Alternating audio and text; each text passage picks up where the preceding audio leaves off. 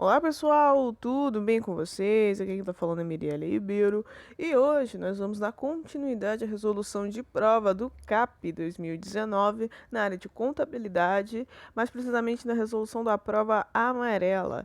E eu não sei se eu deixei bem claro no vídeo anterior, mas a gente vai estar aí resolvendo de 10 em 10 questões, tudo bem? Então, vídeo passado a gente resolveu da questão 1 até a 10 e nesse aqui a gente vai estar resolvendo as questões de número 11 até a questão de número 20, tudo bem?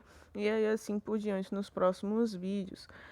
Bom, vamos já começar aqui pela questão 11. Em relação à composição do balanço patrimonial, assinale a opção correta. E aí, como eu já falei com vocês no vídeo passado, aconselho vocês riscarem a prova mesmo, colocarem aí, ticarem, né, os itens que são interessantes aí para você estar acertando a questão na prova, para depois não acabar se confundindo. Então vamos para o item A. O ativo é composto por dois grupos, circulante e permanente. Aí vocês bem sabem que de acordo com a nova composição do balanço patrimonial, nova que já está velha, né?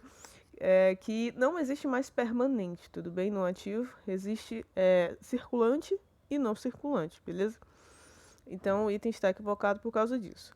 Letra B. O ativo permanente é composto por 4 subgrupos. Aí você não precisaria nem continuar o item, porque ele está falando de ativo permanente novamente. E a gente bem sabe que não temos mais. Então, essa questão aqui está equivocada, porque ele está citando uma coisa que nem existe mais, não cabe na prova, está cobrando uma coisa que não está mais valendo. Letra C. No ativo, as contas são dispostas em ordem crescente de liquidez. Bom, aqui eu quero deixar uma coisa bem clara para vocês. Tanto o ativo como o passivo, eles estão dispostos em ordem decrescente, tudo bem? É decrescente, tanto ativo e passivo.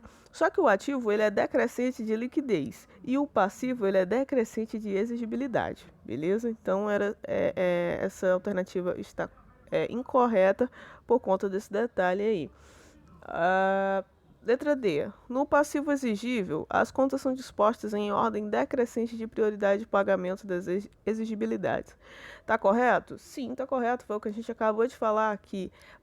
Tanto ativo e passivo é em ordem decrescente. Só que ele está falando aqui de passível e ele está falando que é descendente de prioridade de pagamento das exigibilidades. E em outras palavras, é isso aí.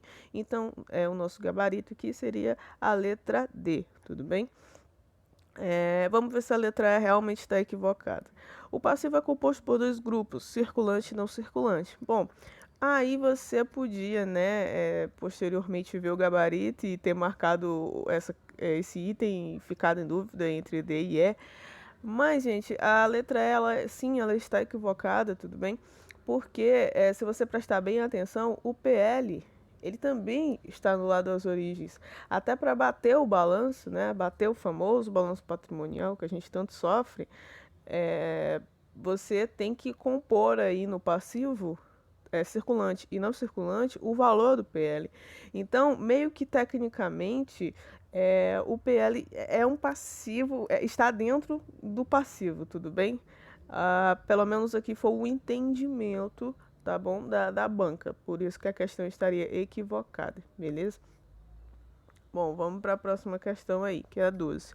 De acordo com o COAMA, assinale a opção que apresenta o princípio orçamentário surgido com o objetivo de evitar que se incluam na lei de orçamento, a LOA, normas relativas a outros campos jurídicos e, portanto, estranhas à previsão da receita e fixação das despesas. Bom, primeira coisa que você vai fazer aqui quando vê essas conceituações grandíssimas, você vai pegar e grifar aqui a parte que ele está objetivando.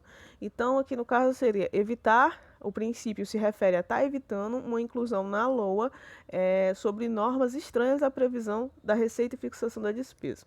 Então a gente vai ver aqui cada princípio e ver qual que se encaixa melhor nessa conceituação. Letra A, pelo princípio do equilíbrio. Será que ele se encaixa? Vamos ver. O princípio do equilíbrio ele vem tratando sobre o montante da despesa não poder ultrapassar o montante da receita. Claro, temos exceções aí, vide a regra de ouro, que caso você obtenha operações de crédito, elas não podem ser superiores às operações de crédito que o ente já possui, tudo bem? Então, isso aqui, como a gente consegue ver nessa conceituação, não tem nada a ver com a conceituação do enunciado da questão. Então, não é a letra A, tudo bem? Vamos para B. A exclusividade.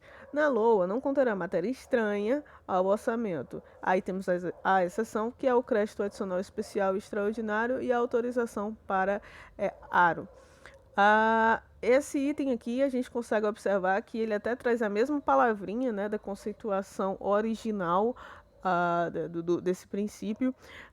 Ele não trouxe a exceção na própria questão, no enunciado da questão, mas é só um detalhe, não havia necessidade, tudo bem. Então, a gente consegue ver que a letra B se encaixa perfeitamente aí nessa conceituação do enunciado. Beleza, mas vamos para as outras, para ver se está tudo ok mesmo. O da anualidade.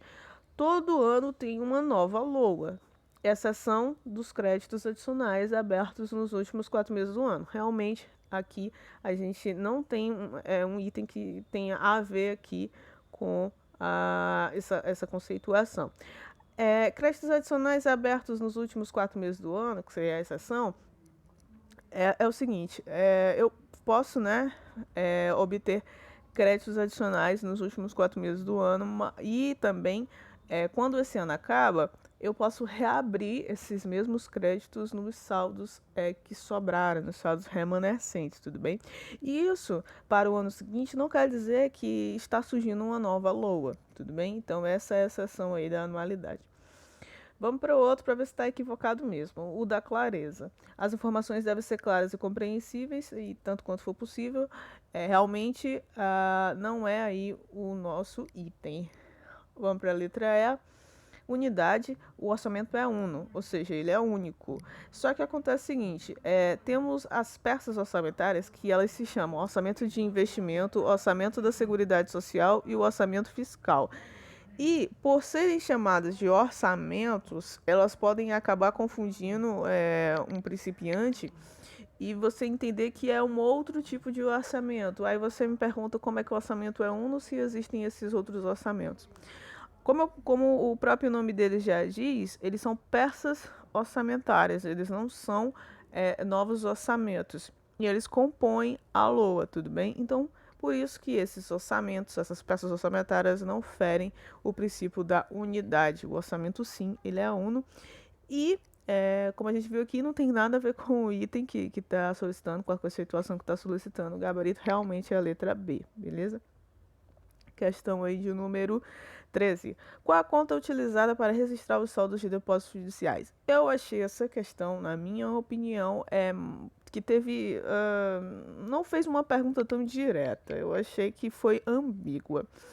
Por quê? Aqui a pergunta nos solicita não é nem uma contabilização, mas sim para onde é que esse recurso vai quando se dá de garantia um depósito judicial e não uma contabilização, a conta da própria entidade que essa conta estaria saindo, que estaria saindo.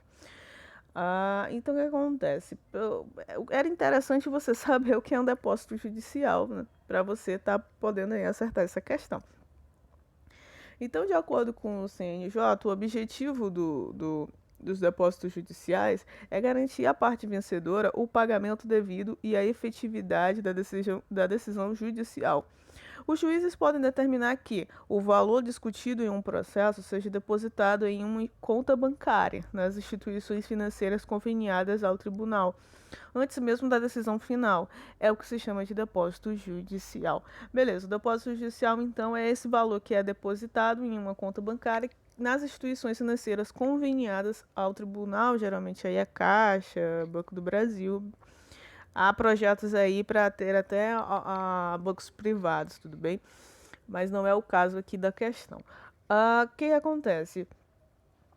Se você soubesse aqui que esse depósito judicial é um valor que o reclamado ele deve, né, depositar em garantia justamente por conta dessa ação, né, para garantir à parte vencedora o pagamento, caso a parte reclamante obtenha êxito aí nessa ação, você conseguiria estar acertando essa questão, claro que com um pouco de dúvidas, por conta aí de ser um pouco ambígua, né, a pergunta.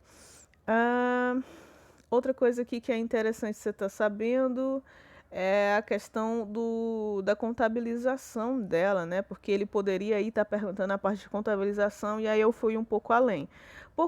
Eu já marquei aqui o gabarito letra B, banco ou conta vinculada, justamente por conta aqui, ó, dessa parte aqui da conceituação, como que está em vermelho, beleza? Que o valor discutido em um processo seja depositado em uma conta bancária nas instituições financeiras conveniadas ao tribunal. E se é nas instituições conveniadas ao tribunal, então é uma banca conta vinculada desse tribunal. Então, como é que isso aconteceria aqui numa entidade? Você teria que dar essa garantia na própria entidade que está sendo reclamada, você teria que fazer essa contabilização. Então, você pegaria aí pela garantia, você pegaria esse recurso do caixa e colocaria lá no ativo não circulante com o nome de depósitos judiciais. E no não circulante, justamente por conta da nossa justiça, que é meio que um pouco lenta. Então, para não correr um risco aí de eu ter que fazer lançamentos novamente, mexer nessa conta, não, eu já coloco logo no não circulante e tiro esse recurso do caixa ou do banco, beleza? É nesse momento aqui que eu passo os recursos para os bancos que são conveniados ao tribunal. Só que esse registro, essa contabilização é da própria entidade que está sendo reclamada, beleza? Então, mas a pergunta, vou deixar bem claro novamente, era para onde que esse recurso vai. Por isso que eu achei ela um pouco assim ambígua. Então, acontece que é o seguinte, ainda na sua organização que foi reclamada, caso tenha o ganho da causa, quem foi reclamado, tem-se um estorno dessa garantia, ou seja, eu volto aí, né, o débito e o crédito. Então o recurso vai voltar para o caixa ou para o banco, e eu vou acreditar, fechar aquela conta lá do ativo não circulante que eu coloquei os depósitos judiciais enquanto estava esperando aí o trâmite da ação, beleza? Mas, obviamente, você pode perder a causa. E caso você perca, como o recurso já saiu do caixa, eu vou ter que fechar aquela conta do ativo não circulante e vou ter que registrar isso lá no meu na minha DRE através de uma conta de resultado de despesa, tudo bem? Outro tópico que eu achei interessante estar aqui falando, mas que não havia necessidade de estar sabendo da questão, é que esses depósitos judiciais, eles, assim, uma entidade que sofre, né, esses processos, quando elas depositam em garantia, ocorre de duas maneiras. Ou o juiz, como a gente já falou aqui, ele faz a solicitação do depósito em garantia, ou a própria entidade ela já deposita em garantia mesmo sem a solicitação do juiz para evitar congelamento dos bens e tal. Mas acontece que, você concorda comigo, que principalmente numa entidade privada, você tirar um recurso das operações financeiras dificultaria aí a continuidade e até mesmo assim a existência a priori, né, de orgânica mesmo, de uma organização. Isso dificultaria as operações financeiras, dificultaria a vida de uma organização como um todo. E para isso não ocorrer, os juízes e as entidades elas estão recorrendo muito ao seguro garantia, que é um seguro mesmo para esses depósitos judiciais, tudo bem?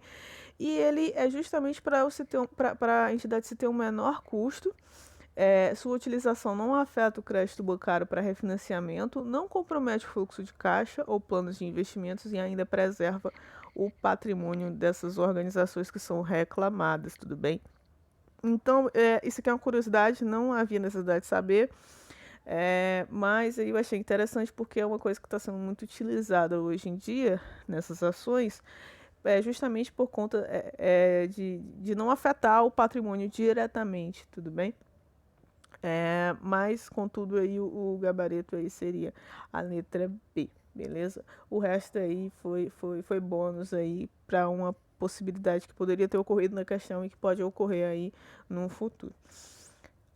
Questão 14. Com relação às hipóteses de afastamento da licitação, analise as afirmações abaixo. Bom, na dispensa de licitação, existe a possibilidade de competição, de modo que a lei faculta o afastamento da licitação de acordo com a competência discricionária da administração.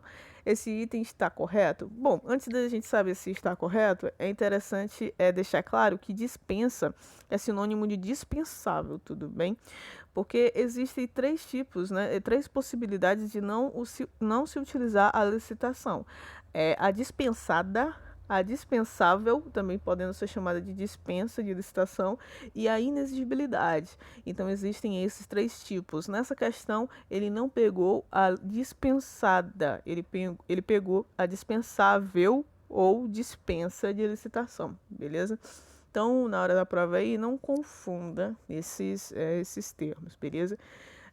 Então, esse item aqui, ele está equivocado, ele está correto? Bom, esse item ele está correto, porque há uma facultatividade de se licitar na licitação dispensável e o gestor público usa da sua discricionariedade, usa, né, daquela liberdade nos ditames da lei para licitar ou não. Ou seja, a licitação ela poderia até ocorrer, mas não é conveniente por sua particularidade, tudo bem? Ela está lá no artigo 24, o rol taxativo das licitações dispensáveis que podem estar ocorrendo.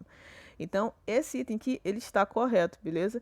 E a gente, sabendo disso, a gente poderia tirar o quê? Todos os itens aí que não tem o item 1. Então, vamos tirar aqui vamos também tirar aqui a D, que também não tem esse item, beleza? Ficamos aí com B, C e E. Aí vamos para 2. A inexigibilidade ocorre quando há inviabilidade de competição, sim, verdade, por existir apenas um objeto ou pessoa que atenda às necessidades da administração, sim, muito verdade, tanto que lá no artigo 25 da 8.666, a gente vê que eles colocam lá um rol exemplificativo de que pode ser relacionado a um artista, que eu não posso estar substituindo, não posso estar fazendo uma licitação para isso, porque se eu quero um determinado artista, só existe ele, entende? Entendem? Então, outro fator seria exclusividade, ou, aquele item é exclusivo, o cara que faz aquele serviço, só ele faz também, é exclusivo, então eu não poderia estar aí fazendo uma licitação, abrindo uma concorrência para outras pessoas, porque não existe outra pessoa que faça isso. E também, outro exemplo seria a notória especialização, justamente pelo mesmo entendimento, tudo bem? Então, esse item, sim, ele está correto. Você sabendo que a 1 e a 2 estão corretas, aí você tira a D e você também vai tirar aí a letra C. Aí você vai ficar entre B e E.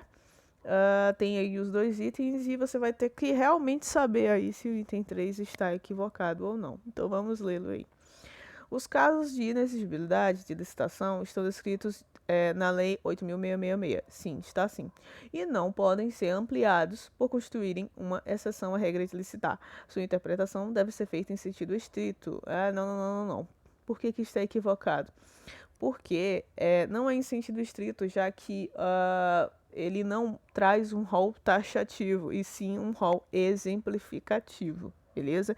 Diferente da dispensada e da dispensável, que traz um rol taxativo, sim. A inexigibilidade traz um rol exemplificativo. Então, por isso que esse item estaria equivocado. Então, por conta disso aí, o gabarito seria a letra D. Aí, o que eu fiz aqui? Trouxe para vocês um quadro aqui, resuminho, e coloquei aqui esse quadro não fui eu que fiz, tá? Então eu coloquei aqui a fonte, que é lá do Dizer o Direito, muito bom, traz sempre atualizações sobre a área, quem gosta de estar sabendo.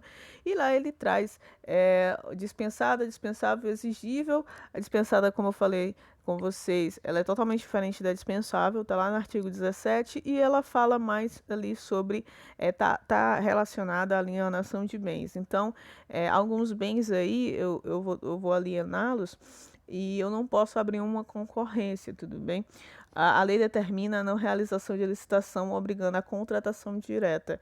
E, como eu falei, é um rol taxativo igual a dispensável, que também é um rol taxativo. Aqui, no caso, a lei autoriza a não realização da licitação, mesmo sendo dispensável. A administração pode decidir realizar a licitação de acordo com o seu querer, né, discricionário, tudo bem? Aí o que acontece aqui? Tá um pouco equivocado aqui esse exemplo, porque não é mais esse valor, é 33 mil para obras e serviços de engenharia e 17.600 para outras compras e serviços. Então, só essa partezinha aí que eu modifiquei. Tá? O inexigível, como eu falei com vocês, lá no artigo 25, um rol exemplificativo, e foi por conta disso que a gente conseguiu acertar a questão. Como a licitação é uma disputa, é indispensável que haja pluralidade de objetos e pluralidade de ofertantes para que ela possa ocorrer, ou seja, tem que abrir a concorrência, beleza? Todo mundo tem que ter aí os direitos igualitários. Assim, a lei prevê alguns casos em que a inexigibilidade se verifica, porque a impossibilidade jurídica de competição. E aí ele coloca um exemplo aí, contratação de artista consagrado pela crítica especializada ou pela opinião pública para fazer o show de aniversário de uma determinada cidade. Outra coisa até que eu esqueci aqui de falar é que relacionado a artista, ele tem que ser consagrado ou pela mídia ou pela crítica, beleza? Ou por um ou por outro aqui, ou pelo outro, beleza? O link aí desse quadro e de outras conceituações relacionadas ao assunto está aqui embaixo, lá no Dizer o Direito, beleza? Bom, vamos para a próxima questão, questão 15. Qual é o subsistema que registra, processa e evidencia os atos de gestão cujos efeitos possam produzir modificações do patrimônio da entidade do setor público, bem como aqueles com funções específicas de controle? Bom, gente, foca aqui, né? Subsistemas. A gente já viu essas aulas aqui, já viu essas conceituações em aulas aqui de contabilidade pública. E aí, o que você vai fazer? Você vai aqui ticar a conceituação, aquela parte mais forte da conceituação que te lembra a alternativa correta. Para mim, foi atos de gestão cujos efeitos possam produzir modificações do patrimônio, possam produzir modificações. Outra coisa aqui que me deixou também assim, né, quando eu vi a questão assim, confiante no item, foi específicas de controle. Beleza? Então vamos de baixo para cima para ver aqui os itens e ver qual é o correto. Seria o supersistema extra-orçamentário? Não, porque nem existir, ele existe, tá? Então aqui, esse aqui é o item impossível, você já tica ele, não existe subsistema extra-orçamentário. Subsistema patrimonial, bom, o subsistema patrimonial sim, ele existe, mas ele registra processo e evidencia fatos financeiros e não financeiros, as mutações quali e quanti do patrimônio. Então não é o nosso item. Subsistema orçamentário, bom, ele existe, mas ele registra processo e evidencia atos e fatos do planejamento e execução orçamentária. Financeiro, ele existiu, mas não existe mais. Ele foi, algumas partes dele foi alocado dentro do patrimonial, do subsistema patrimonial. Beleza? Até se você dá uma olhadazinha no balanço, às vezes tem um Pzinho do lado e um Fzinho. Eu não sei se vocês já notaram. E esse P quer dizer que essa conta assim, é patrimonial, e o Fzinho quer dizer que essa conta era do subsistema, é do antigo subsistema financeiro. Não sei se vocês já notaram isso. Então esse subsistema aqui ele não existe mais. Olha só, ficou com um único item, que é o subsistema de compensação, e é esse mesmo. Ele processa, né, registra, processa e evidencia atos de gestão que podem produzir modificações no patrimônio, tendo ali as contas específicas de controle, beleza? Questão 15 aí, gabarito, letra A. Bom, questão 16. Sobre a classificação dos custos em diretos e indiretos, fixos e variáveis, assinale a opção correta. Aí vamos para o item A. Os custos diretos são apropriados aos produtos por meio de estimativas ou rateio. Opa, peraí, como é que é? Tá equivocado. A gente bem sabe, deixando claro, né, que é a alternativa correta, tá? Então, quando você for ler a questão, você já assinala aí o item. deixando claro só isso aqui. Bom, voltando aqui ao item. Bom, custo direto, gente, ele não vai precisar de uma estimativa ou de um rateio para ser apropriado aos produtos, porque o próprio nome já diz que ele é um custo direto, ele se aloca diretamente aos produtos, porque eu consigo observar a que bem ele se aloca diretamente. Por exemplo, uma mão de obra, uma matéria-prima. Eu consigo dizer para qual material, para qual produto ela foi, tudo bem? Então, não está equivocado aqui por causa disso, porque os diretos, ele não precisa de rateio ou uma estimativa, os indiretos precisam. A B, o custo com mão de obra é sempre classificado como indireto? Sempre não, pode ocorrer de ter uma mão de obra indireta, tudo bem? Mas nem sempre ela é indireta. A maioria das vezes ela é mais direta, tudo bem? Mas ocorre também de ter uma mão de obra indireta.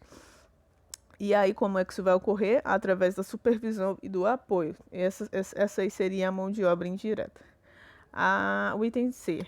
A classificação em diretos e indiretos também pode ser aplicada às despesas.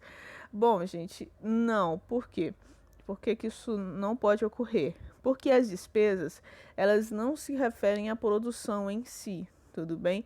As despesas, elas vão se referir à parte administrativa. Por exemplo, você pensa numa indústria. A indústria, toda aquela parte da produção e toda aquela parte que auxilia a produção diretamente, vai ser um custo dos produtos que estão sendo fabricados. Agora, aquela parte comercial, a parte administrativa, a parte financeira, todas as despesas relacionadas a esses setores, eles são despesas, como o próprio nome já diz, como eu acabei de falar. E elas não se referem à produção em si, tudo bem? E o que é que isso tem a ver? A classificação direta e indireta, ela se refere à produção, tudo bem? E despesa não se refere à produção, então eu não posso classificar despesa como direta ou indireta, porque eu teria que classificar direto ou indireto o custo que cabe ao produto, porque ele sim se refere à produção, tudo bem? Despesas não se referem à produção. As despesas elas podem ser fixas e variáveis, isso sim, elas podem ser, mas diretas e indiretas não, beleza? Então essa alternativa aqui está equivocada. Letra D. O custo variável unitário diminui com o aumento da produção. Bom, mentira. O custo variável unitário, olha só, o próprio nome já diz que ele é variável, mas ele é variável em totais, tudo bem? Mas quando eu divido o valor para todos os produtos e coloco o custo unitário, né? O valor ele não se altera, o valor ele fica intacto, porque é como se eu estivesse fazendo uma média ali, né, de valores que eu vou alocar em cada produto, naqueles custos que são variáveis, tudo bem? Então ele não diminui e nem aumenta, ele se mantém ali estável, beleza? Mas aumentou aí a produção. Vai aumentar, obviamente, o custo variável total, mas quando eu for pegar aí o valor unitário, ele vai ser o mesmo para todos, beleza? Então esse item está equivocado aí por causa disso. Item vamos ver se esse aqui tem que estar certo, né? Porque todos os outros estão equivocados. Para um dado volume, o custo fixo unitário é decrescente à medida que a produção aumenta. Sim, esse aqui é o nosso item. Como é que isso ocorre? O custo fixo, como o próprio nome já diz, ele é fixo, obviamente, nos valores totais. Mas, à medida que eu tenho mais quantidades produzidas, né, nessa produção, esse custo fixo ele diminui porque eu tenho mais quantidades. Imagine que eu tenho aqui a supervisão da fábrica. Então, digamos aqui que, sei lá, dá 100 mil de mão de obra, né, para esses supervisores que seriam aí os custos indiretos de fabricação. E ao mesmo tempo que seriam custos indiretos, eles também podem ser fixos os valores, né? Porque o salário deles, eles não aumentam e nem diminuem com a quantidade produzida. Então, esse salário sendo fixo, eu posso aí pegar e fazer mais unidades para poder deixar esse custo fixo menor. Então, por exemplo, se eu tenho aí 100 unidades, o custo fixo ele fica um determinado valor. Mas se eu aumento essas unidades, o custo fixo ele vai diminuir por conta da quantidade produzida ter aumentado. Então, o custo fixo por unidade, cada unidade produzida, ele vai ficar menor a cada quantidade produzida, né? Cada vez que eu for aí produzindo mais e mais, beleza? Então, ele vai se dissipando, assim, pelas quantidades produzidas, beleza?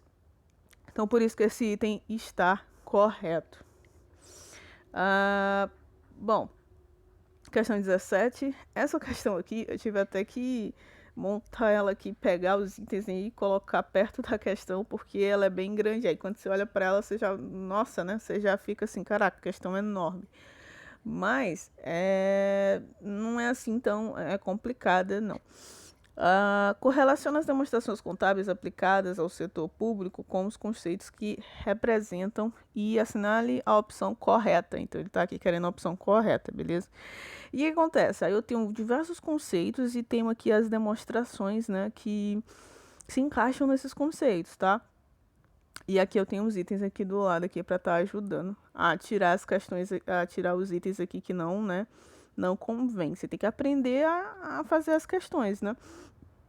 Tipo, se não tem um item, então você já pode ir tirando essa alternativa, beleza?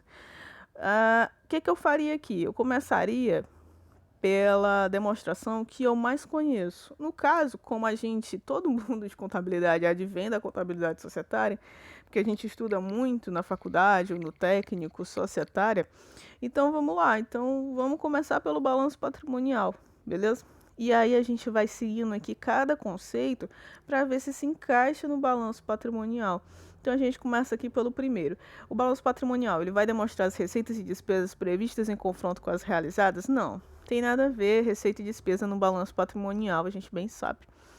Evidenciará as alterações verificadas no patrimônio, resultantes ou independentes da execução orçamentária, e indicará o resultado patrimonial do exercício. Indicará o resultado patrimonial seria o resultado, tudo bem?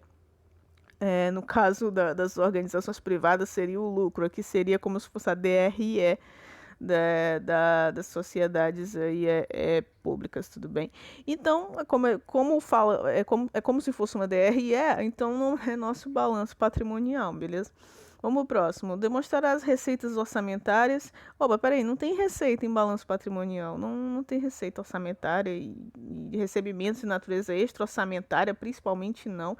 Claro, eu tenho, até melhorando aqui, eu tenho as receitas orçamentárias lá nos itens 5 e 6, relacionada à programação orçamentária e execução orçamentária. Beleza, até aí até poderia, né, confundindo. Mas extra-orçamentária não, extra-orçamentária não tem, tá? Então vamos para o próximo. Evidencia qualitativamente e quantitativamente a situação patrimonial, opa, sim, da entidade pública, por meio de contas representativas do patrimônio público, sim, além das contas de compensação, sim, novamente, é esse item aqui que é o nosso do balanço patrimonial. Então a gente já poderia aqui estar colocando que é o item 3, sim, porque a gente começou por aquele item que a gente mais conhece, beleza? Aí o que a gente faria aqui? A gente poderia ticar, né, de cara a e a gente poderia também ticar a B, porque não possui aí o item 3 aí como alternativa correta, beleza? Então já poderia aí ticar esses itens. Aí o que acontece? Você consegue perceber um padrão aqui, né, nos itens do C, D e E. O primeiro padrão seria que o item 2 ele está em todos, né, em todas as alternativas, tanto na C, na D e na E. Então, aqui o que você pensa? Se eu sei que a 3 aqui está correta, e os itens que eu tiquei, né, e os itens que restaram estão falando que é tudo 2, então confia na Cal, vai, é item 2. Então é balanço financeiro, né, 2, mas aí você dá uma lidinha, né, para caso, né, você não errar, e, enfim. Aí você lê aqui o último item. É um quadro com duas seções, receita e despesa, que se igualam com os saldos do exercício anterior e o saldo que passa para o exercício seguinte. Balanço financeiro, é isso aí? Sim, é isso aí. Então você já pode marcar aí sem medo de ser feliz, tá? Aí o que você vai notar também? Que você. Aí, um detalhe antes, né? Você já vai ticando aí o que você já utilizou, tudo bem? Então você tica aí o balanço financeiro, o balanço patrimonial. Aí outra coisa que você vai notar nos mesmos itens C, D e E é que o item 1 também se repete em todos. Então você vai aqui na primeira conceituação e vai aqui no balanço orçamentário, que é o item 1. Vamos ver se isso é a conceituação de balanço orçamentário. Demonstre as receitas e despesas previstas em confronto com as realizadas. Isso sim, poxa, é esse que é o balanço orçamentário mesmo. Então, como está aqui em todos os itens, né, a gente já sabe também que é o item correto, e aí você também ticaria aí para não estar atrapalhando aqui a você que está resolvendo a questão. Aí, o que faltou aqui, como a gente consegue observar? O que está faltando aqui? A gente poderia tirar o item C por conta da gente saber essa outra conceituação aqui, que é do item 4, demonstração das variações patrimoniais. Por quê?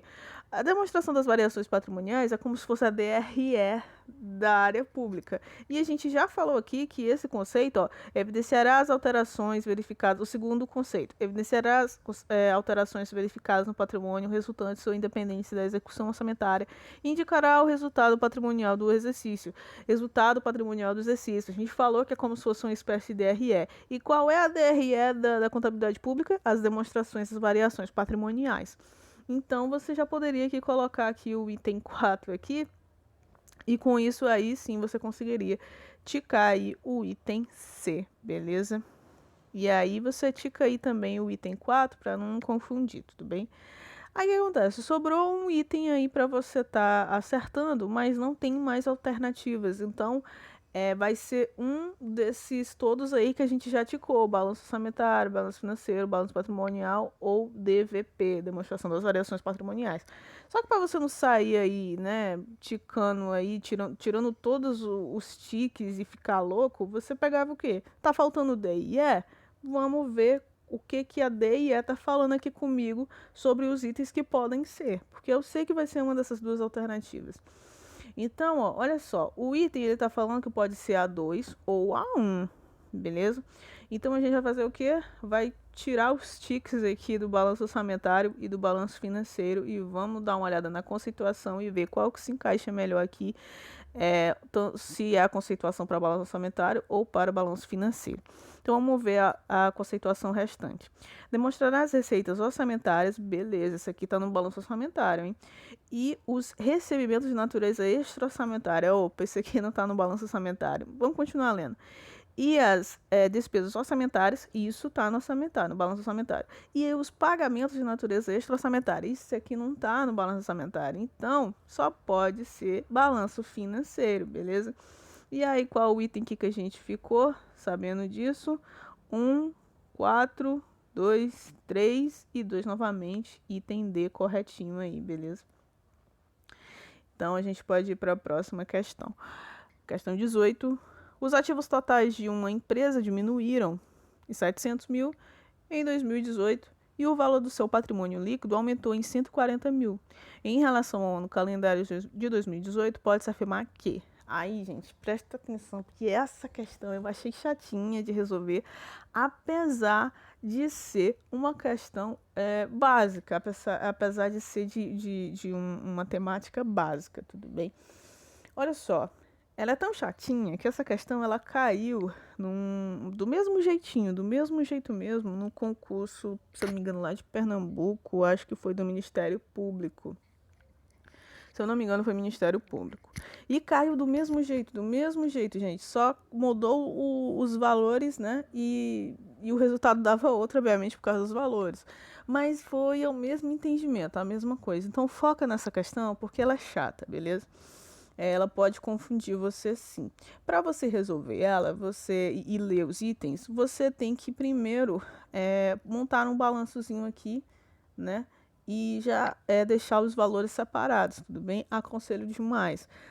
Aqui não tem uma questão de cálculo, eu não tenho que saber os valores anteriores do balanço patrimonial, eu não tenho que fechar o balanço patrimonial aqui.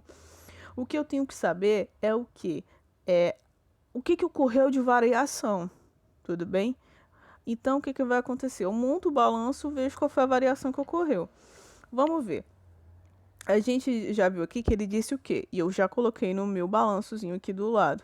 Que o ativo, ele diminuiu em 700 mil. Em compensação, o meu PL aumentou em 140 mil, olha só. Mas ele não deixou claro o que aconteceu com o passivo, tudo bem? Então, o que você vai fazer? Você concorda comigo? Só leva em consideração as variações. Não pensa nos valores anteriores. Ah, mas quais são os valores anteriores? Não. Pensa somente na variação que ocorreu. Ocorreu uma diminuição do ativo e, ao mesmo tempo, nesse mesmo fato, ocorreu um aumento do PL. Como é que isso poderia ter ocorrido? Você já pensa numa contabilização que poderia estar, num fato, né? Que poderia estar acarretando isso aqui. A gente já consegue observar que isso aqui seria uma espécie de fato composto, né? Uma espécie de variação composta, desculpa. Porque tanto eu tirei um recurso do meu ativo e provavelmente, gente, provavelmente eu vou ter que tirar um recurso do passivo porque o meu PL já aumentou, ele já falou os dados do PL, então não tem mais nada para fazer no PL. Ele não falou nada de passivo. Então, se você dá uma olhada aqui, a maioria das alternativas vai falar do passivo. Por quê? Porque ele não se pronunciou quanto ao passivo. Então, olha só, você pode analisar aqui que isso aqui é um fato, uma variação composta. Por quê? Porque ele já mexeu aqui no meu ativo, não falou nada de passivo, mas a gente vai ter que colocar os valores aqui. E, ao mesmo tempo, ele é uma variação tanto quantitativa, porque o PL aumentou, e ao mesmo tempo ele é qualitativo, porque houve uma permuta aí de 700 mil para um outro lado, que como ele já se pronunciou quanto ao PL, obviamente vai ser para o passivo, tudo bem? Então o que eu já fiz aqui? Já coloquei, porque é o seguinte, você bem sabe que eu tenho que balancear ativo e passivo mais o PL, beleza? Então você sabe que tem que ter um balanceamento aqui, tem que estar igual. Ou seja, tirou 700 mil aqui, eu tenho que tirar 700 mil do outro lado também, beleza?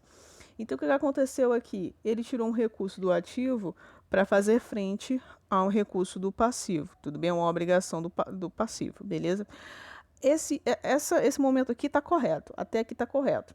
Mas o que aconteceu? Você concorda comigo que aumentou 140 mil no meu PL e por conta disso o balanço está desequilibrado. Tem 140 mil aí a mais e não está batendo.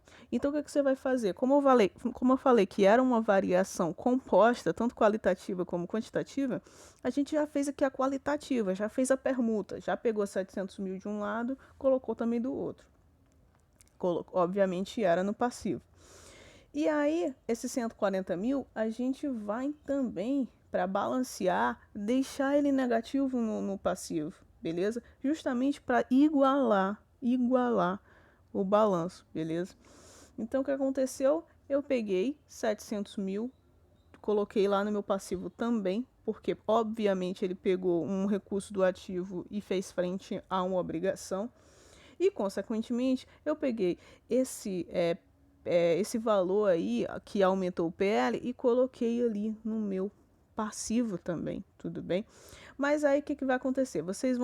Eu acho que vocês não estão entendendo muito bem, porque não tem um fato, né? Ele não fala o fato, ele não fala o que ocorreu, ele fala que ocorreu uma variação tanto qualitativa quanto quantitativa.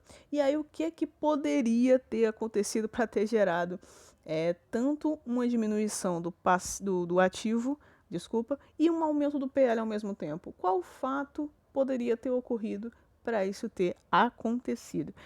Então, gente, o que poderia, na minha opinião, aqui ter ocorrido? Uma receita financeira de descontos obtidos, tudo bem?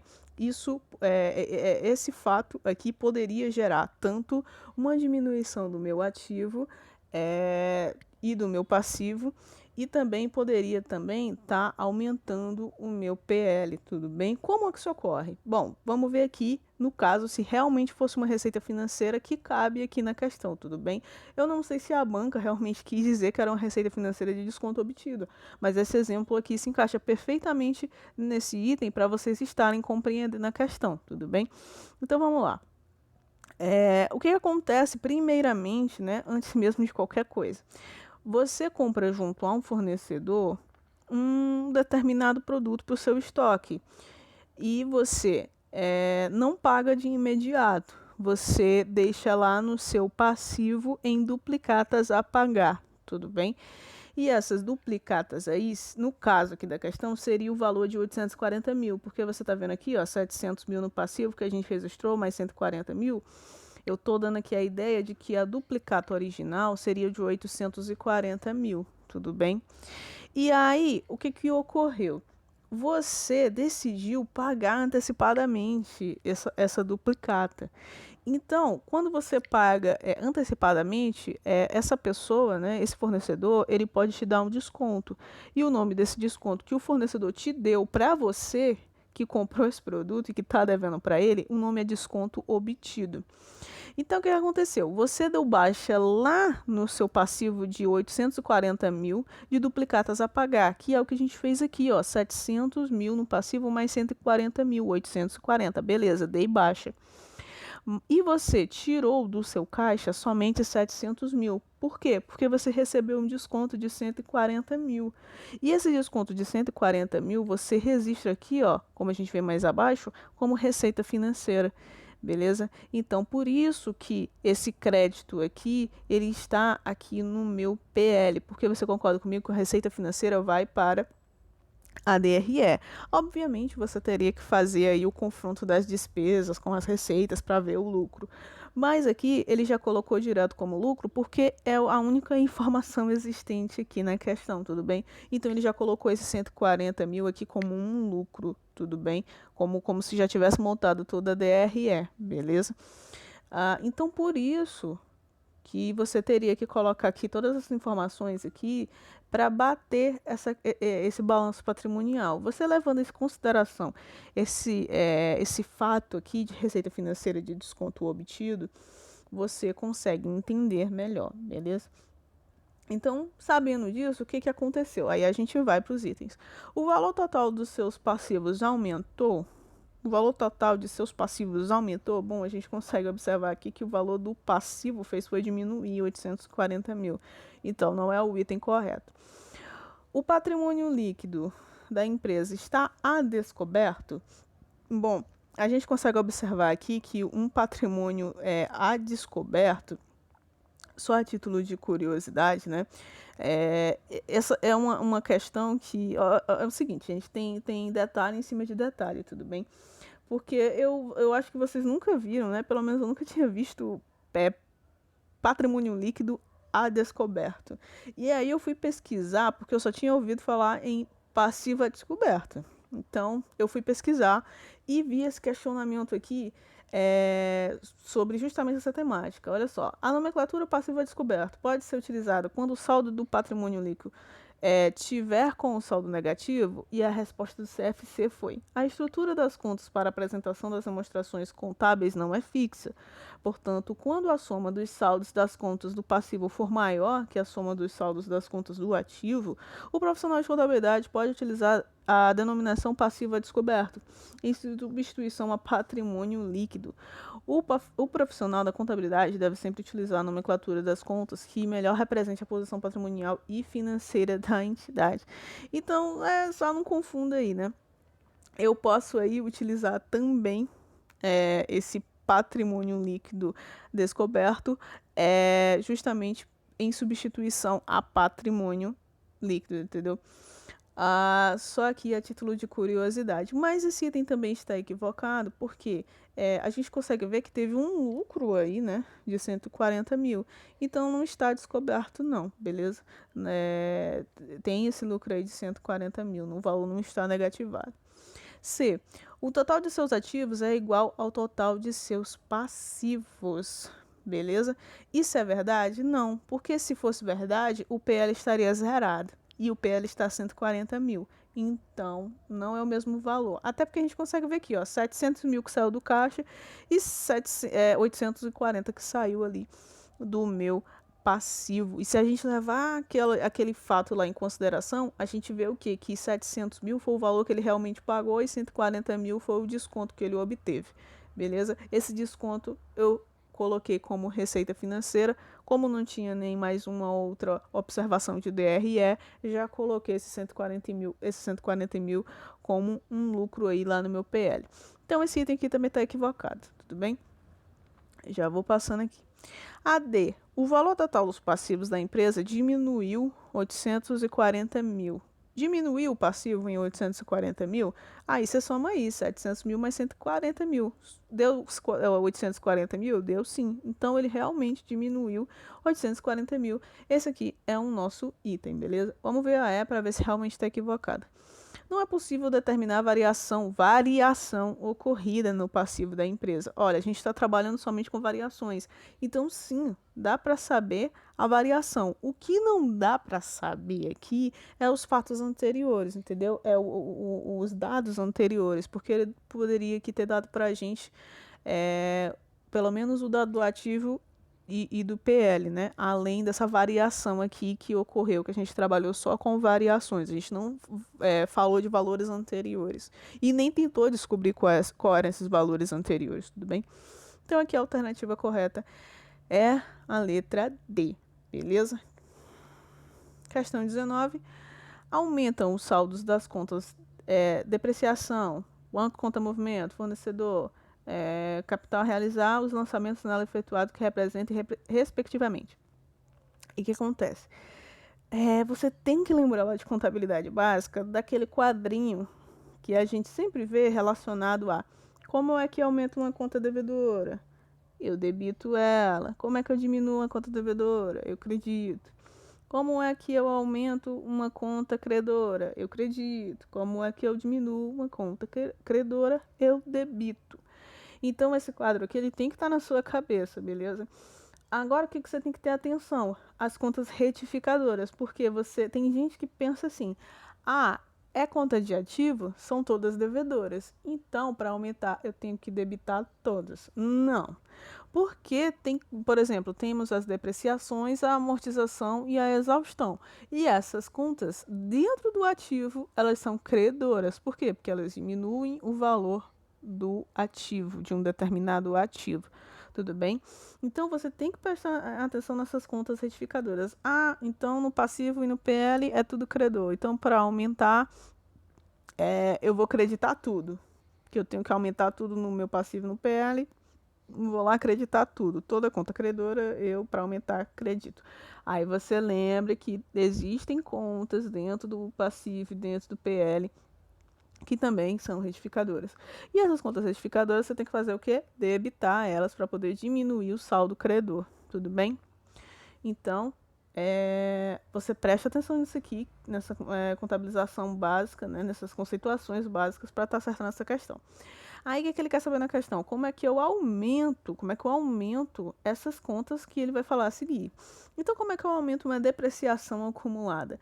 Pensa comigo, depreciação acumulada é conta de ativo, beleza. Então, ativo é todo devedor, beleza. Mas depreciação é credora. Então, para aumentar uma conta que é credora, o que eu faço? Eu credito ela. Então, eu já poderia tirar A e B, beleza? Porque C, D e E fala que a primeira é crédito. Vamos para o próximo. Banco conta movimento. Banco conta movimento é uma conta devedora. Como é que eu faço para aumentar uma conta devedora? Eu debito ela. Nem precisaria ir para banco conta movimento, porque se a gente ver aqui na C, D e E, o próximo item tem todo aqui, ó, que é débito, débito, débito. Então nem precisaria pensar muito em banco conta movimento, apesar de ser até de certo modo fácil, né? Vamos para o próximo. Fornecedores. Aí aqui nos itens, se você ver, já tem alguns aqui que divergem. Fornecedor é uma conta credora, uma conta de passivo, tudo bem? Então, o que a gente vai fazer? Se eu quero aumentar a conta fornecedor, eu tenho que, como é uma conta credora, eu tenho que creditar essa conta. Então, eu já poderia tirar aqui o item D, beleza? E aí eu tico aqui fornecedor também. E capital a realizar. E aí você me pegou, porque tanto na C como na E tá tudo diferente. Um tá crédito, outro tá débito. E aí, o que é um capital a realizar? Gente, capital a realizar, ele é uma conta de PL, tudo bem? Então, você tem que saber se ela é uma conta de PL credora ou devedora. A maioria das contas do PL são credoras, não é verdade? Mas ele pegou aqui a gente por quê? Capital a realizar, você tinha que saber que era uma conta retificadora. E uma conta retificadora, que é credora, ela para aumentar, que no caso não, que é devedora, para aumentar ela, eu teria que debitar, tudo bem? Então, letra E aí, eu tiraria e marcaria o gabarito aqui, letra C. Por quê? Porque capital é realizar, apesar de estar no PL, que só possui contas credoras, não só possui, né, sendo totalitária, eu tenho lá também a conta retificadora capital a realizar. E essa conta retificadora, dentro de várias contas credoras, é uma conta devedora, tudo bem? E para aumentar uma conta devedora, o que eu faço? Eu debito. Aí o que eu fiz? Eu fui lá no Fortes Acadêmico para mostrar para vocês como é que é lá no balanço patrimonial esse capital a integralizar. Então o que acontece? Eu tenho lá meu patrimônio líquido, aí eu tenho capital realizado, beleza? Tem um capital que foi todo realizado, que consequentemente é o meu capital social. Aí o que acontece? Eu tenho aqui, ó, deixa eu ver aqui no 2.07.1.01, enfim, o capital subscrito, beleza? Então esse capital subscrito aqui, para você que não sabe, ele é o capital que eu prometo no momento da constituição da entidade, eu prometo esse recurso para integralizar ele totalmente. Beleza, estou prometendo. Ou seja, ele não está realizado como no segundo item aqui desse plano de contas. Ele não é um capital realizado. Ele é um capital que eu estou prometendo que vou integralizar. Beleza. Aí essa conta capital integralizar, que foi perguntada aqui na questão, ela é uma conta retificadora, como a gente consegue observar aí, até deixei grifado. E aí o que ela faz? Ela diminui o valor que foi integralizado. Ela pega aquele capital subscrito, que é a promessa, e diminui. Ou seja, ela fala assim, olha, tá vendo esse valor aqui que eu prometi? Eu vou diminuir tantos reais porque eu já integralizei. Tudo bem? Então, por isso aqui que ela é uma conta retificadora. Tudo bem? Próxima questão aí e última, né? Em relação à licitação, na visão de Pietro, assinale a opção incorreta. Ele quer a errada, tá? Item A. A competência para legislar sobre as normas gerais de licitação é privativa da União. Isso é verdade? Antes mesmo de ver se é verdade ou não, tica aí que ele quer o item incorreto, tudo bem? Então vamos lá. De acordo com o artigo 22 lá da Constituição Federal, sim, esse item está correto. A competência para legislar sobre normas de licitação é privativa da União, beleza? Vamos para B. Entidades privadas que estejam no exercício da função pública, ainda que com natureza jurídica de direito privado, devem submeter-se à licitação. Sim, empresas privadas, quando em função pública, elas devem sim licitar. Então, essa alternativa está correta, ela não é o nosso item, porque ele quer a errada. Bora C. Pela licitação, a administração abre a todos os interessados que se sujeitam às condições fixadas no instrumento convocatório a possibilidade de apresentar a proposta. Sim, verdade. Os interessados que desejam participar devem seguir os ditames do edital. Todo mundo pode participar, desde que se encaixe, né, no que a administração pública solicita e que siga os ditames do edital, no tocante a prazos e outros regimentos aí, tudo bem? Vamos para o D. A licitação é um procedimento prévio a celebração do contrato. Sim, antes de eu celebrar um contrato, eu preciso licitar. Muito bem. Só para deixar claro para quem não entende muito bem. Licitar é o seguinte: você, enquanto pessoa jurídica de direito privado, uma empresa, por exemplo, uma empresa qualquer, ou até mesmo você como pessoa física, você quer comprar uma coisa, você vai lá e compra. Não é verdade? Você não conta pipoca, você não pensa demais, você não pensa duas vezes. Estou precisando de um determinado bem, vai lá e compra. Só que a administração pública, ela não é desse jeito. Ela tem que abrir uma licitação, assim, na maioria das vezes, né? A gente sabe que tem aqueles casos lá de tanto na licitação dispensada, na dispensável, na inexigível, que a gente já viu em outra questão. Mas, em regra geral, para eu comprar um bem, né, para eu adquirir um serviço ou um determinado bem, eu tenho que licitar. Tudo bem? Ou seja, eu tenho que abrir uma concorrência e eu tenho que abrir um edital para todo mundo que tem esse produto ou esse serviço para me oferecer e que se encaixe nas qualidades que eu preciso, que essas pessoas elas possam concorrer entre si para eu ali, dentre elas, ver quem ali seria a melhor para a administração pública, tudo bem? Quem se encaixaria melhor ali na administração pública de acordo com a discricionariedade do ente público. Então vamos lá na D de novo. A licitação é o procedimento prévio à celebração do contrato. Sim, antes mesmo de eu ter a celebração do contrato, eu vou ter uma licitação, tudo bem? E tem como um de seus objetivos selecionar a proposta mais econômica para a administração. Opa. Esse negócio aqui de proposta mais econômica para a administração está equivocado, tudo bem? Por quê? Porque não é a mais econômica, é a proposta mais vantajosa, tudo bem? Por isso que o item está equivocado. Não é mais econômica. Por quê?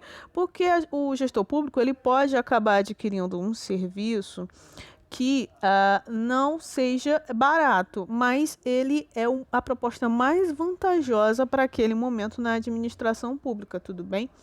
Então, por isso aí que essa questão está equivocada e, consequentemente, é o nosso item, tudo bem? É o item D aí que está incorreto e é a resposta correta aqui da questão. Vamos para vamos ver se ela está correta mesmo, já que ele quer a incorreta.